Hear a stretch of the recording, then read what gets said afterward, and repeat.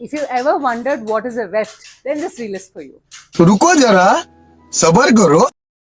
When you hold the sari against yourself, the vertical yarn is called the weft yarn. While weaving, of course, it is the horizontal yarn that goes across. This is your weft. I showed you how warp is usually in a hank format. Weft comes in this format and it is called a cone. Usually we prefer 2x120 or a single 80s count yarn for the weft. Enough of me fumbling. Let's ask the master to show us.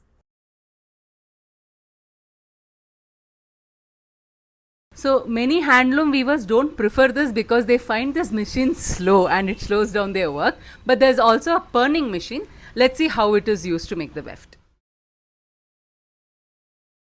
So the weft yarn is prepared like this and now it is called a pern. Now the pern is loaded onto the shuttle so that it can travel to and fro.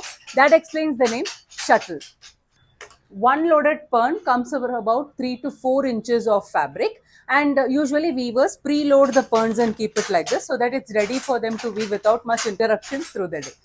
So we've seen a previous video where I mentioned warp has a minimum order quantity of at least 12 to 20 saris, bare minimum. Weft, however, like you saw just now, has a minimum order of just 3 inches. Therefore, it allows for maximum experimentation on a sari.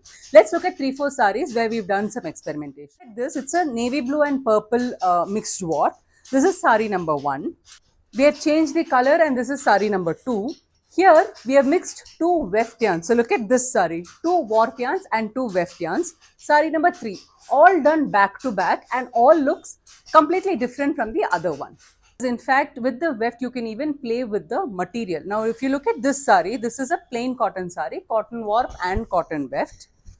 For the next sari, however, we made the weft into a white linen. So the whole sari, the look and ensemble completely changes. So weft allows therefore for maximum experimentation, be it you can change the yarn type, you can change the thickness of the yarn, you can even play with colors. But since we got into handloom manufacturing, it's always about, optimizing and, making things efficient.